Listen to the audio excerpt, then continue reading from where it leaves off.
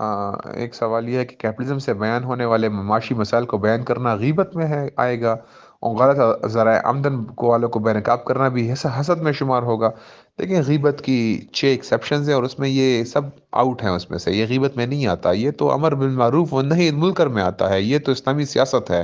یہ جو ہے نا، یہ تو پتہ نہیں ہمارے کچھ وہ اہل حدیث بھائیوں نے سعودی عرب کے اندر جو موجود ہیں انہوں نے ایسی کہانیاں گڑھی ہیں کہ یہ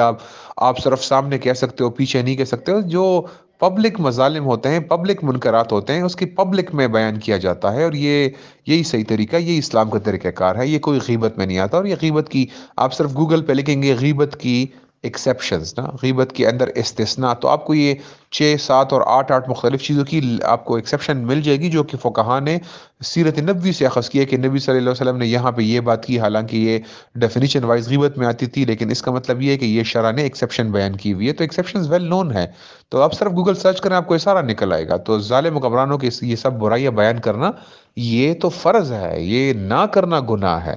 کرنا تو فرض ہے۔ تو یہ ہرگز غیبت میں نہیں آتا۔ اور غلط ذرائع آمدن والوں کو بے نقاب کرنا حسد میں شمار ہوگا، یہ اب ایک انڈیویجول ایشو ہے، کیونکہ جس کو آپ غلط ذرائع آمدن کہتے ہیں، یہ چیک کرنے کی بات ہے کہ وہ غلط ہیں بھی کہ نہیں ہیں، اور جو ہے اگر وہ پبلک وہ ہے، منافقت ہے، وہ فسق ہے، تو پھر اس کو پبلک میں ڈسکس کرنا کوئی غلط بات نہیں ہے، اگر وہ پبلک لیول کی چیز ہے۔